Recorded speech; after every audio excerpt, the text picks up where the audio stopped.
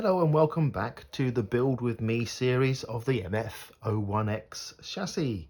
And we have just got into now step 4.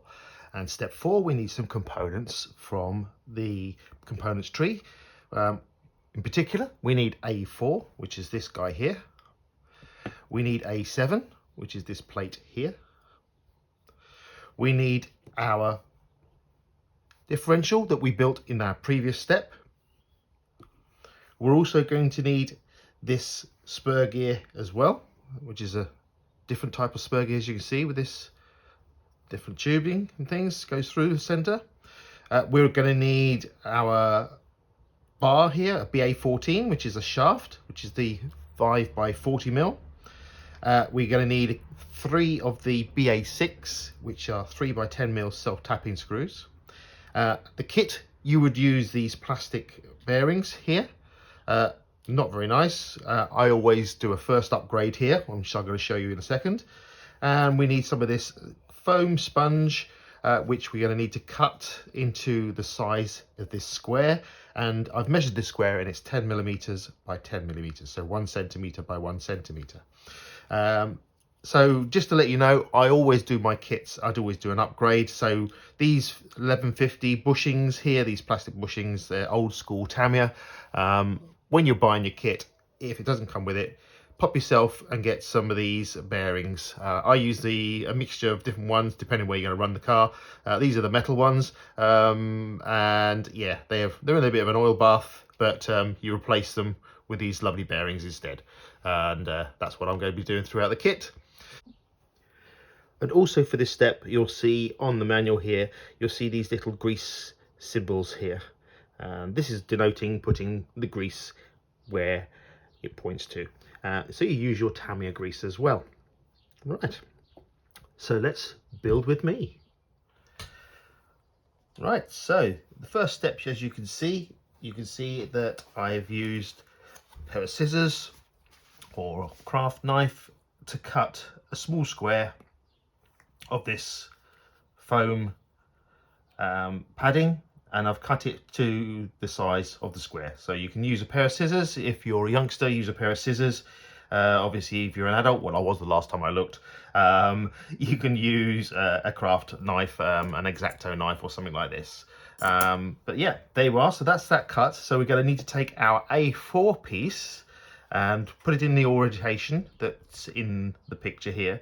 And we are literally locating this area here, which is this section, as you can see in the drawing. And you can see here, we need to stick this piece of foam in there. That's what we need to do. So, quite simple. That's a case of peeling the backing off. And you'll have to excuse my little fat fingers while I try to peel this off. And we pop that into place. And it'll self-stick, no problem at all. So as you can see, quite sticky this. Here we go. So take the backing off, there we are, and pop this into place here, and we literally come down like so. Once it's in place and we're happy, there we are, done. That's now in place. So the next thing we need to do is we need to take our 1150 bushings. So if you're using the bushings, fair enough, no problem. I'm replacing those with my 1150 bearings instead. So we'll put those away. We don't need those anymore. And we need to, for the drawing here, we need to put an 1150 bearing in here, and in here, and in here. So just take our bearing and we'll pop those into place. So one in there, and we take one in there, like so. And we take one in here, like so. And we pop that into place. So there's our 1150 bearings. Okay, nice and easy so far. So the next thing we're going to need to do is we're going to need to take our A4 part that we put in and our A7 part, and we're going to need to line these two holes at the top with these holes here, and this lug here with this hole here. So we just pop that into place, line it over, and it sits into place. And then we're going to take our BA6 screws, our 3x10mm screws, and we're going to screw these into the top. So build with me on this. You can pop these into place like so. So there we are. And there we go. And I'm just going to pop the one here as well and screw these into place so they're nice and tight, like so. And just take your time, screw these through. They're a bit tight. You don't have to go too mad.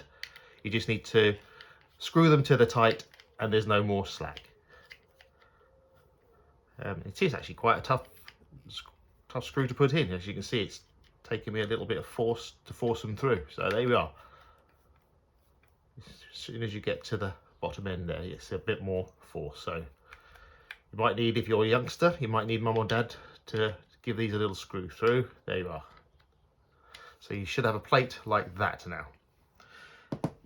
And for the next bit, we need to take our differential gear, our rear differential gear that we made. Look at the drawing again. We want the screws facing up, so that's going to go into there.